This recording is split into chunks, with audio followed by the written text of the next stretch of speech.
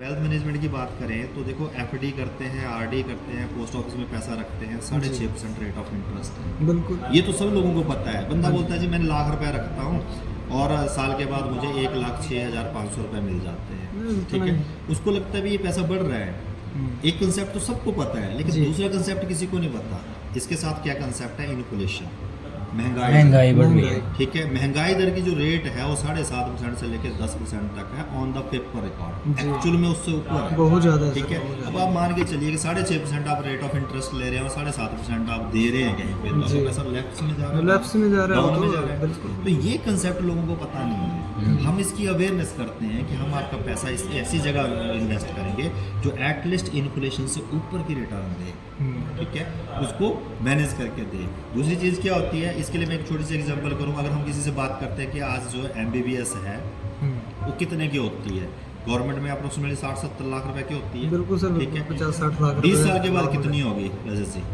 ये तो सर करोड़ से ऊपर जाएगी, करोड़ सवा करोड़। 1.25 करोड़। हाँ, आराम से। ये जो आपने बात बोली ना, ये मैक्सिमम ना 100% लोग यही बोलते हैं और ये गलत आंसर। अब मैं कैसे बताता हूँ।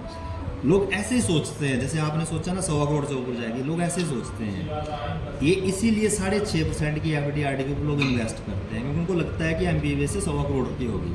अब देखो इसको एग्जांपल करते हैं।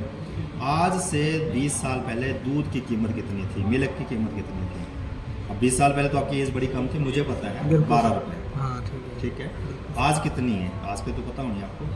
आजकल तो सर 80, 70, 80 चल रहा है, 90 भी चल रहा है। ये देखिए रजत जी, एरिया टू एरिया 20 साल पहले 12 रुपए थी, जी। आज कितनी है? 80 रुपए सर। कितना गुना हो गया? 12 से 72, हाँ, 12 से 84, अप्रोक्सीमेट 7 टाइम्स। 6 टाइम मान के चलते हैं। हाँ आपने बोला कि 60 लाख रुपए का 1 करोड़ 25 आना, जी। 60 लाख का 6 टाइम करके देखिए कितना हो गया। 6 3.5 करोड़ रुपए। आपने कितना बोला? 1.25 1.25। करोड़। हर एक बंदा ऐसे ही सोचता है, और बच्चे को जब वो MBBS करवाने का टाइम आता है तो उसके पास पैसे नहीं होते। सही बात है। ठीक है, अब हम इसमें क्या सोल्यूशन प्रोवाइड करवाते हैं बंदे को कि आपके बच्चे का लगना है 3.5 करोड़ रुपए, ठीक है। अब ये पैसा कौन देगा? ये पैसा देगा फादर।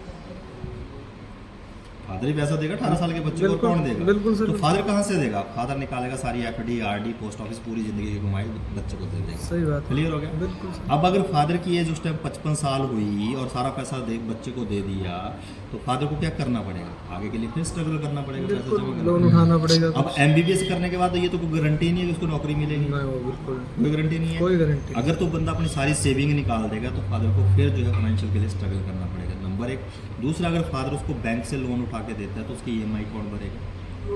फादर ही भरेगा, फादर ही बेटे की तो कोई गारंटी है भी कुछ नहीं। तो इन चीज़ों को हम फादर को ये बोलते हैं कि जब बेटा आपका है, MBBS भी आपने करवानी, पैसा भी आपका है, तो जब ये 1 साल का है तब से प्लानिंग कर लो ना। आज से प्लानिंग कर लो, 18 साल के बाद आप इस पैसे के लिए कहीं घूमना ही नहीं पड़ेगा। घूमना नहीं पड़ेगा। तो ये हम इसको वेल्थ मैनेजमेंट के ऊपर बंदे को चैप्टर देते हैं। अब आप देखिए, मैंने ये आपके सामने रिप्रेजेंट किया, आपका 1 साल का बेटा है, तो आपको क्या लगेगा? करवाना चाहिए, बिल्कुल सर, आज से प्लानिंग करनी चाहिए जो हमें पैसा आएगा। तो ये हम वेल्थ मैनेजमेंट के ऊपर करते हैं। सेकंड चैप्टर जो हमारा पास है वो है हमारा रिस्क मैनेजमेंट के अंदर। रिस्क मैनेजमेंट के अंदर क्या होता है, XYZ पर्सन के पास हम जाते हैं, ठीक है। जब इससे बात करते हैं तो ये बोलते हैं जी बहुत चला है जी, मेरा FD चली है, मेरी RD चली है, मेरा पोस्ट ऑफिस है, 2-3 जो है मेरी पॉलिसी चली है, ठीक है, ऐसा बोलते हैं सारे जी।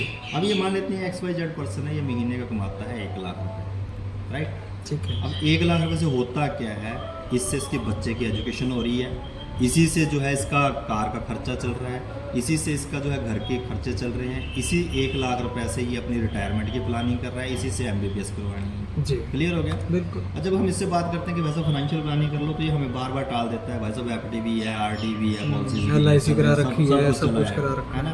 तो क्या हुआ गलती से, इस बंदे के साथ कोई प्रॉब्लम हो गई, दुर्घटना हो गई, ये आना बंद हो गया। जी। अब ये आना बंद हो गया तो इनका क्या होगा? बिल्कुल है ना। अब इनका क्या होगा? अब इस बंदे ने बोला था भाई ठीक है जी, बेटा भी अगली बार गोवा घूमने चलेंगे, लग्जरी कार लेंगे, घर बनाएंगे, आपको MBBS करवाएंगे, सारी की सारी जीरो होगी, जीरो होगी, फेक स्टेटमेंट्स होगी। तो ये कहीं ना कहीं अपनी फैमिली के साथ क्राइम कर रहा है, ठीक है। अब इसने जब इसके साथ कोई मिसहैपनिंग होगी तो इन पॉलिसी को पैसा आएगा।